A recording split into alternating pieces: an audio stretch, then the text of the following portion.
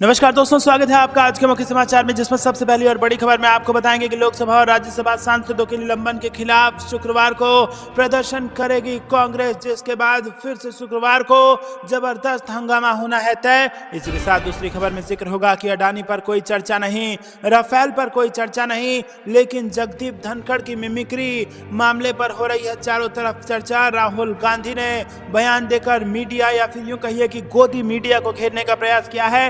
तीसरी खबर में आपको बताएंगे कि टीएमसी सांसद साकेत गोखले ने प्राइवेट चैट शेयर कर पीयूष गोयल पर लगाए गंभीर आरोप। जी हां दोस्तों, क्या है प्राइवेट चैट आपको बताएंगे। खबर में आगे जिक्र होगा कि जनवरी के दूसरे हफ्ते से राहुल गांधी शुरू करेंगे भारत जोड़ो यात्रा 2.0।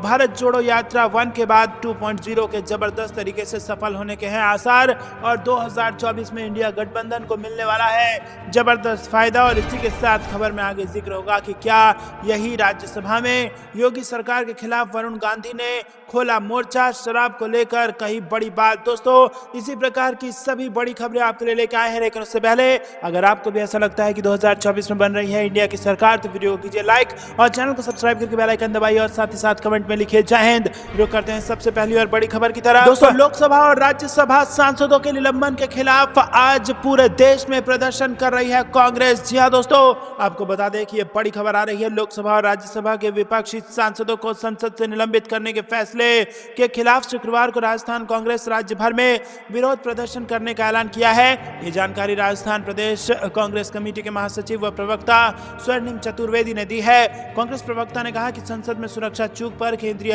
गृह मंत्री का वक्तव्य मांगने पर विपक्ष के सांसदों को लोकतंत्र पर प्रहार करते हुए संसद से निलंबित करने के लोकतांत्रिक निर्णय के विरोध में अखिल भारतीय कांग्रेस कमेटी द्वारा देश भर में विरोध प्रदर्शन करने का निर्णय किया गया है। बता दें कि संसद पर हमले की 22वीं बरसी पर लोकसभा में संसदीय कार्रवाई के दौरान दर्शक दीर्घा में बैठे 2 युवक और युवती कूद गए थे और बाद में जूते में रखे स्मोक बम छोड़ दिया था। हालांकि सुरक्षा की चूक की घटना के बाद दोनों आरोपियों को पकड़ लिया गया। वहीं संसद के बाहर नारेबाजी कर रहे 2 लोगों को भी गिरफ्तार किया गया है। बता दें कि इस घटना के बाद दर्शक दीर्घा को अगले आदेश तक के लिए बंद कर दिया गया है। इसे संसद की सुरक्षा में चूक करार देते हुए विपक्ष ने केंद्रीय गृह मंत्री अमित शाह के वक्तव्य पर जोर दिया और इसके बाद से अब तक राज्यसभा और लोकसभा के करीब 154 सांसदों को अब तक निलंबित किया जा चुका है। जिसके बाद आपको बता दें कि अब पूरे देश में प्रदर्शन करने का ऐलान कांग्रेस पार्टी द्वारा किया गया है। स्वर्णिम चतुर्वेदी ने बताया कि अखिल भारतीय कांग्रेस कमेटी के निर्णय पर प्रदेश अध्यक्ष गोविंद सिंह डोटासरा ने इस बारे में सभी जिला कांग्रेस कमेटियों को निर्देश दिए हैं और इसके तहत 22 दिसंबर को राज्य के सभी जिला मुख्यालयों पर विरोध प्रदर्शन किया जाएगा।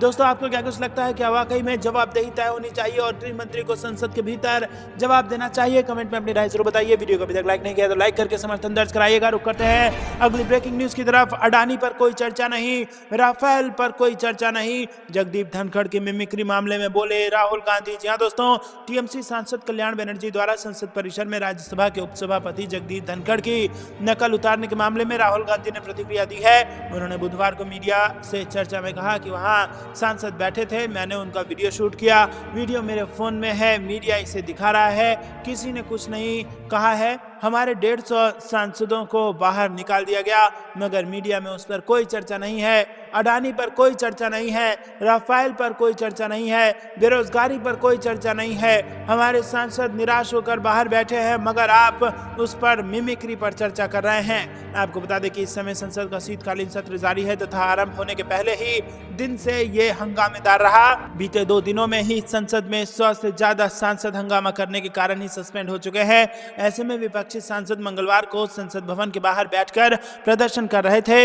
इसी के चलते टीएमसी के सांसद कल्याण बनर्जी राज्यसभा के सभापति जगदीप धनखड़ की नकल उतारने लगे। तो दोस्तों, आपको क्या लगता है, क्या वाकई में मिमिक्री मामले पर से ध्यान हटाकर असली मुद्दों पर ध्यान केंद्रित किया जाना चाहिए और संसद की सुरक्षा में जो चूक हुई है, जिसके बाद सभा में से इतिहास में पहली बार 154 से ज्यादा सदस्यों को सस्पेंड कर दिया गया है, उसके बाद क्या आपको भी ऐसा लगता है कि इन मुद्दों पर जवाब देना चाहिए भाजपा के नेताओं को और ध्यान भटकाने का प्रयास कम करना चाहिए? वीडियो लाइक करके अपना समर्थन जरूर दर्ज कराइएगा। रुक करते हैं अगली ब्रेकिंग न्यूज की तरफ। टीएमसी सांसद साकेत गोखले ने प्राइवेट चैट शेयर कर पीयूष गोयल पर लगाए गंभीर आरोप। जी हां दोस्तों, 2 दिनों में लोकसभा और राज्यसभा से सस्पेंड किए गए 141 सांसदों का मुद्दा दिन पर दिन बढ़ता चला जा रहा है। इसे लेकर लेकर विपक्ष सरकार पर हमलावर है। इस बीच तृणमूल कांग्रेस के राज्यसभा सांसद साकेत गोखले ने केंद्रीय मंत्री पीयूष गोयल को लेकर बड़ा दावा किया है। उन्होंने कहा कि उनकी पीयूष गोयल से सांसदों के सस्पेंशन को लेकर बात हुई थी। साकेत गोखले का दावा है कि जब उन्होंने पीयूष गोयल से पूछा कि विपक्षी गठबंधन के 46 सांसदों को तुरंत सस्पेंड कर दिया गया, लेकिन जो और सांसद वेल में गए उन पर कोई कार्रवाई नहीं हुई। गोखले का कहना है कि इसके जवाब में पीयूष गोयल ने कहा कि अगर संसद में कोई विपक्षी नहीं होगा तो ये सरकार की छवि के लिए ठीक नहीं। साकेत गोखले ने एक्स पर इसे लेकर एक ट्वीट किया है और इस पर पीयूष गोयल ने भी जवाब दिया और कहा कि दुर्भावनापूर्ण इरादे से झूठ फैलाया जा रहा है। दोस्तों, साकेत गोखले का यह भी कहना है कि पीयूष गोयल ने उनसे कहा कि अमित शाह के राज्यसभा में आपराधिक कानून संशोधन पर विधेयक पेश करने से पहले उन्हें भी सस्पेंड कर दिया जाएगा। साकेत गोखले ने अपने ट्वीट में लिखा कि मैंने पीयूष गोयल से पूछा कि विपक्षी गठबंधन इंडिया के हम सांसदों को राज्यसभा में विरोध करने के बावजूद निलंबित क्यों नहीं किया जा रहा है, जबकि एक दिन पहले हमारे 46 सहयोगियों को इसी बात के लिए तुरंत निलंबित कर दिया गया था। इस पर पीयूष गोयल कहते हैं क्योंकि अगर संसद में विपक्षी सांसद नहीं होंगे तो सरकार की छवि के लिए यह खराब लगेगा। फिर उन्होंने कहा कि चिंता मत करो, आपराधिक कानून विधेयक पेश करने के लिए अमित शाह जी के राज्यसभा में आने से पहले आप सभी को निलंबित कर दिया जाएगा। दोस्तों, हम इस खबर की कोई पुष्टि नहीं करते हैं, लेकिन हम तक ये खबर एबीपी न्यूज द्वारा पहुंची तो आप तक पहुंचा दी गई है। क्या आपको भी ऐसा लगता है कि इस प्रकार से विपक्ष नेताओं को डराने का प्रयास किया जा रहा है और सत्ता का दुरुपयोग किया जा रहा है? कमेंट में अपनी राय जरूर बताइए। वीडियो को अभी तक लाइक नहीं किया तो लाइक जरूर कीजिएगा। रुक करते हैं ब्रेकिंग न्यूज की तरफ। जनवरी के दूसरे हफ्ते से राहुल गांधी शुरू करेंगे भारत जोड़ो यात्रा 2.0। जी हां दोस्तों, आपको बता दें कि जनवरी के दूसरे हफ्ते से कांग्रेस नेता राहुल गांधी भारत जोड़ो यात्रा पार्ट 2 शुरू करेंगे। अरुणाचल से गुजरात तक ये यात्रा राहुल गांधी निकालेंगे। गुरुवार को सीडब्ल्यूसी की बैठक में कांग्रेस अध्यक्ष मल्लिकार्जुन खड़गे ने भारत जोड़ो यात्रा पार्ट 2 का जिक्र किया। दोस्तों, रुक करते हैं अगली ब्रेकिंग न्यूज की तरफ। क्या यही राम राज्य में योगी सरकार के खिलाफ वरुण गांधी ने खोला मोर्चा, शराब को लेकर कह दी बड़ी बात। जी हां दोस्तों, केंद्र व प्रदेश सरकार की नीतियों को लेकर समय समय पर सवाल उठाते रहे सांसद वरुण गांधी ने अब शराब के प्रचार पर योगी सरकार को घेरा है। सांसद ने गुरुवार को सुबह एक्स पर पोस्ट किया कि करोड़ों परिवार उजाड़ने वाली शराब का राजस्व वृद्धि के लिए प्रचार किया जाना दुखद है। साथ ही सवाल उठाया कि क्या राम राज्य में सरकार के पास राजस्व चढ़ाने के लिए विकल्प नहीं है। दोस्तों, रुक करते हैं ब्रेकिंग न्यूज की तरफ। लोकसभा चुनाव से पहले एमपी में इस बड़े प्लान पर काम कर रही कांग्रेस, सीएम मोहन यादव पर होगा सीधा अटैक। जी हां दोस्तों, मध्य प्रदेश में कांग्रेस के नवनियुक्त प्रदेश अध्यक्ष जीतू पटवारी ने पार्टी आला कमान से प्राप्त निर्देशों और रणनीतियों पर काम करना शुरू कर दिया। संकेतों से साफ है कि कांग्रेस मध्य प्रदेश में भाजपा की सरकार को पूरी तरह बैकफुट पर लाने का प्लान बना चुकी है। प्रदेश कांग्रेस ने जनता के बीच जाकर भाजपा सरकार के खिलाफ माहौल बनाने का फैसला किया है। कांग्रेस 15 जनवरी से सूबे में एक जन आंदोलन पर काम कर रही है। कांग्रेस के प्रदेश अध्यक्ष जीतू पटवारी ने कहा कि पार्टी आम लोगों को साथ लेकर 15 जनवरी से वादा निभाओ सरकार आंदोलन शुरू करेगी। जीतू पटवारी मंगलवार को महाकाल के दर्शन करने के लिए उज्जैन पहुंचे। उन्होंने महाकाल का दर्शन करने के बाद कार्यकर्ताओं से मुलाकात की। पटवारी ने पत्रकारों से बातचीत में कहा कि भाजपा सरकार ने जनता से जो वादे किए हैं उन वादों को पूरा कराने के लिए कांग्रेस दबाव बनाएगी। वादे मंत्रिमंडल विस्तार होते ही पूरे किए जाने चाहिए। कांग्रेस विपक्ष के रूप में सभी चुनावी वादों को पूरा कराने का प्रयास करेगी। यदि भाजपा की सरकार अपने वादे पूरा नहीं करती है तो 15 जनवरी से जन भावनाओं को देखते हुए पूरे प्रदेश में कांग्रेस जन आंदोलन करेगी। दोस्तों, रुक करते हैं अगली ब्रेकिंग न्यूज की तरफ। 80 की 80 सीटें हराएंगे।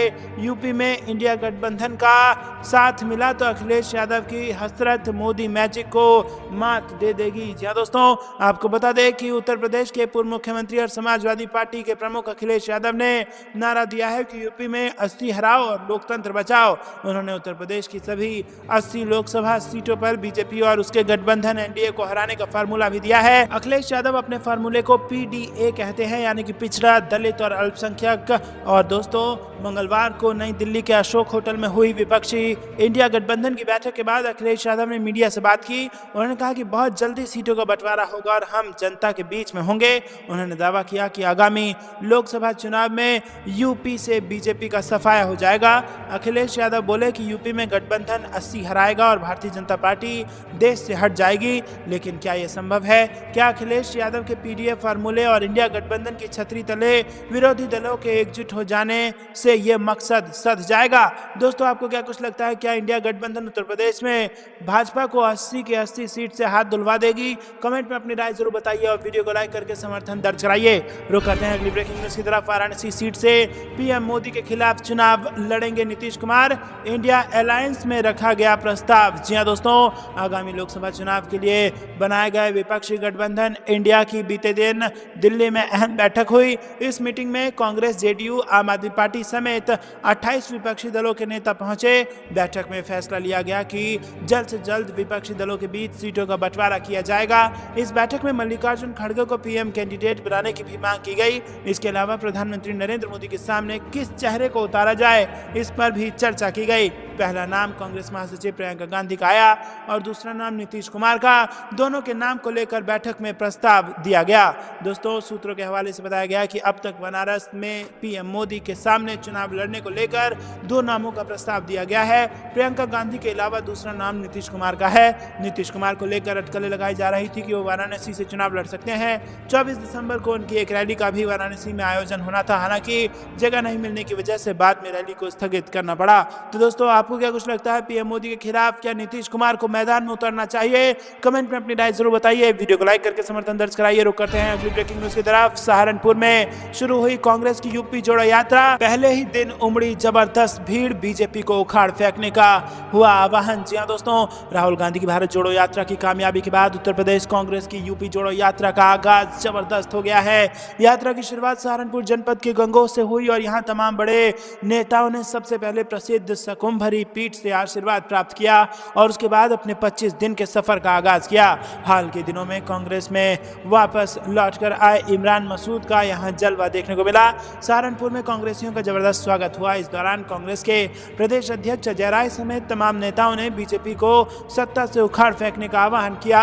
उत्तर प्रदेश कांग्रेस कमेटी के प्रदेश अध्यक्ष अजय राय के नेतृत्व में निकाली जा रही यूपी जोड़ो पदयात्रा का शहर में ही दर्जनों जगह स्वागत हुआ। बेहट से सहारनपुर पहुंचने पर ऑल इंडिया कांग्रेस कमेटी के पूर्व सदस्य जावेद साबरी के नेतृत्व में कांग्रेस जनों ने यात्रा का जोरदार स्वागत किया और प्रदेश अध्यक्ष अजय राय ने कांग्रेस कार्यकर्ता से एकजुट होकर आगामी लोकसभा चुनाव की तैयारियों में जुटने का आह्वान किया ताकि बीजेपी को सत्ता से बेदखल किया जा सके। दोस्तों, क्या आपको भी ऐसा लगता है कि यूपी जोड़ो यात्रा 2.0 भाजपा को उत्तर प्रदेश में सत्ता से बेदखल कर पाएगी? वीडियो को लाइक करके अपना समर्थन दर्ज कराइए। रुक करते हैं अगली ब्रेकिंग न्यूज की तरफ। गाली देने वाले सांसद के अंदर और सवाल पूछे जाने वाले बाहर। निलंबित सांसदों के मुद्दे पर दानिश अली ने याद दिलाई रमेश विधुड़ी की बदजुबानी। जी हां दोस्तों, आपको बता दें कि यहां पर दानिश अली ने कहा है कि बीजेपी सांसद रमेश विधुड़ी पर अब तक कोई कार्रवाई नहीं हुई है। अब तक यहां पर वो अभी भी संसद के भीतर ही हैं। उपराष्ट्रपति जगदीप धनखड़ के मिमिक्री करने के मामले को लेकर राजनीति पूरे जोर शोर से चल रही है। बीजेपी ने इस मुद्दे पर विपक्ष को घेरना शुरू कर दिया है और इस बीच बसपा के पूर्व नेता और लोकसभा सांसद कुंवर दानिश अली ने खुद को गाली दिए जाने का मुद्दा भी उठा दिया।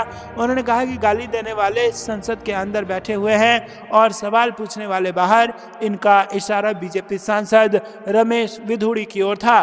दोस्तों, रुक करते हैं अगली ब्रेकिंग न्यूज की तरफ। निलंबित सांसदों का जामा मस्जिद तक मार्च। खड़गे बोले हमने नहीं, पीएम मोदी शाह ने किया संसद का अपमान। जी हां दोस्तों, विपक्षी गठबंधन इंडिया के नेता 140 से अधिक सांसदों के निलंबन के खिलाफ दिल्ली के जंतर मंतर पर विरोध प्रदर्शन उन्होंने किया और संसद का मंचन उन्होंने किया। इस मार्च से पहले कांग्रेस अध्यक्ष मल्लिकार्जुन खड़गे ने मीडिया से बातचीत की। इसमें उन्होंने केंद्र सरकार पर जमकर निशाना साधा और संसद में सदन के जो मुखिया हैं वो भी नहीं चाहते कि सदन चले। मैं माफी चाहता हूं कि राज्यसभा चेयरमैन साहब ने जो मुद्दा उठाकर इसे जातिवाद पर ले आए हैं। उन्होंने कहा कि लोकतंत्र में बात करना हमारा हक है। आज हम जो ये विरोध प्रदर्शन कर रहे हैं वो सरकार के खिलाफ आंदोलन है। सरकार ये नहीं चाहती कि यह आंदोलन हो। संसद में सदन के जो मुखिया हैं वो भी नहीं चाहते कि सदन चले। मैं माफी चाहता हूं कि राज्यसभा चेयरमैन साहब ने जो मुद्दा उठाकर इसे जातिवाद पर ले आए हैं। लोकतंत्र में बात करना हमारा हक है। लोगों की भावनाओं को संसद में बताना हमारा कर्तव्य है। लेकिन यहाँ पर जो घटना घटी लोक लोकसभा में, उसी मुद्दे को अब लोकसभा और राज्यसभा में उठाना चाहते थे कि सुरक्षा में सेंध कैसे लगी, कौन इसका जिम्मेदार है, इसके बारे में आप देश को बताइए। अगर आप सदन में ही नहीं बोलेंगे तो कहां बोलेंगे। लेकिन शाह साहब ही नहीं आए और प्रधानमंत्री मोदी भी नहीं आए तो सदन में बताने वाली चीजें छोड़कर पीएम वाराणसी, अहमदाबाद और रेडियो टीवी पर बात करते हैं, लेकिन सदन में बात नहीं करते। ये सदन की अमर्यादा उन्होंने की है। रुक करते हैं ब्रेकिंग न्यूज की तरफ। चुनाव आयोग के गोदाम में लगी आग से ईवीएम जलकर बर्बाद, अखिलेश यादव का तंज, बोले शक का धुआं उठ रहा है। जी हां दोस्तों, यूपी के फर्रुखाबाद से एक हैरान करने वाला मामला सामने आया। बुधवार को फर्रुखाबाद में चुनाव आयोग के गोदाम में अचानक आग लग गई। गोदाम में रखी 1 दर्जन से ज्यादा ईवीएम मशीनें जलकर बर्बाद हो गई। इसके बाद सबसे ज्यादा हैरान करने वाली बात है कि जिस गोदाम में ईवीएम मशीनें रखी गई थी उस गोदाम में बिजली का कनेक्शन ही नहीं था। ऐसे में शॉर्ट सर्किट से आग लगने की भी आशंका नहीं जताई जा सकती। इस रहस्यमय आग को लेकर सपा मुखिया अखिलेश यादव ने भी सवाल उठा दिए। उन्होंने एक्स पर पोस्ट करते हुए लिखा कि फर्रुखाबाद में 800 ईवीएम जली, बिना शॉर्ट सर्किट के लगी आग से शक का धुआं उठ रहा है। रुक करते हैं अगली ब्रेकिंग न्यूज की तरफ। लोकतंत्र का गला घोट रही सरकार, संसद से 143 सांसदों के निलंबन पर सोनिया गांधी बेहद नाराज। जी हां दोस्तों, कांग्रेस नेता सोनिया गांधी ने संसद से 140 से ज्यादा विपक्षी सांसदों के निलंबन को लेकर बुधवार को सरकार पर तीखा हमला बोला और आरोप लगाया कि ये सरकार लोकतंत्र का गला घोट रही है। पूर्व कांग्रेस अध्यक्ष ने यह दावा भी किया कि प्रधानमंत्री नरेंद्र मोदी ने संसद की सुरक्षा में चूक की अक्षम्य घटना पर संसद के बाहर अपने विचार रखे, जिससे स्पष्ट है कि सदन की गरिमा की उन्हें कोई परवाह नहीं है। सोनिया गांधी ने कांग्रेस संसदीय दल की बैठक में कहा कि इस सरकार द्वारा लोकतंत्र का गला घोटा जा रहा है। इससे पहले कभी भी इतने सारे विपक्षी सांसदों को सदन से निलंबित नहीं किया गया, और वो भी केवल एक बिल्कुल उचित और वैध मांग उठाने के लिए। उन्होंने कहा कि संसद के विपक्षी सदस्यों ने 13 दिसंबर की असाधारण घटना को लेकर लोकसभा और राज्यसभा में गृह मंत्री से एक बयान दिए जाने की मांग की थी। कांग्रेस की पूर्व अध्यक्ष के मुताबिक सरकार की ओर से विपक्षी मांग पर जैसा अहंकारपूर्ण व्यवहार किया गया उसका वर्णन करने के लिए उनके पास शब्द नहीं है। उन्होंने संसद की सुरक्षा में चूक का उल्लेख करते हुए कहा कि 13 दिसंबर को जो हुआ वह अक्षम्य है और उसे उचित नहीं ठहराया जा सकता। रुक करते हैं अगली ब्रेकिंग न्यूज की तरफ। सांसदों का निलंबन, सत्ता का मनमाना प्रयोग, पूर्व कानून मंत्री बोले लोकतंत्र में जवाबदेही है महत्वपूर्ण। जी हां दोस्तों, पूर्व कानून मंत्री अश्विनी कुमार ने अपनी पुस्तक a democracy in retreat revisiting the ends for power के लॉन्च पर कहा कि सांसदों का निष्कासन लोकतंत्र में सत्ता के मनमाने प्रयोग का सबसे बड़ा उदाहरण है। आप किसी संस्था के नियमों और शक्ति के पीछे छिप सकते हैं, लेकिन लोकतंत्र सत्ता के साम्य प्रयोग पर आधारित है। रुक करते हैं अगली ब्रेकिंग न्यूज की तरफ। 1 जनवरी से देश भर में नहीं मिलेगा राशन, 80 करोड़ परिवार पर पड़ेगा असर। आखिर क्यों किया गया इतना बड़ा ऐलान? जी हां दोस्तों, यहाँ पर आपको बता दें बड़ी खबर आ रही है। देश भर में जन वितरण प्रणाली से 1 जनवरी से राशन वितरण का काम ठप रहेगा। सारे पीडीएस दुकानदार अनिश्चितकालीन हड़ताल पर रहेंगे। इसका असर देश भर के लाभुकों पर पड़ेगा। ये बातें all India fair price shop dealers federation के राष्ट्रीय कार्यकारी अध्यक्ष ओंकार नाथ झा ने डोरांडा के शिशु सदन स्कूल में आयोजित प्रदेश स्तरीय बैठक में कही। उन्होंने कहा कि देश भर में 25,400 राशन की दुकानें हैं, 38,000 कार्डधारी हैं। उन्होंने कहा कि जनता हमारा साथ दे, हम उनकी सेवा में लगातार मौजूद रहते हैं। हमें भी अपने परिवार को आर्थिक रूप से मजबूत करने में सहयोग करें। हमारी आर्थिक स्थिति ठीक नहीं है। हमें कोरोना काल में किए गए काम का कमीशन अब तक सरकार से नहीं मिला है। एनएफएसए को समय पर भुगतान नहीं होता है और सर्वर नेट की परेशानी हमेशा बनी रहती है। सरकार हमारी मांगों को पिछले 4 वर्षों से टालती रही है।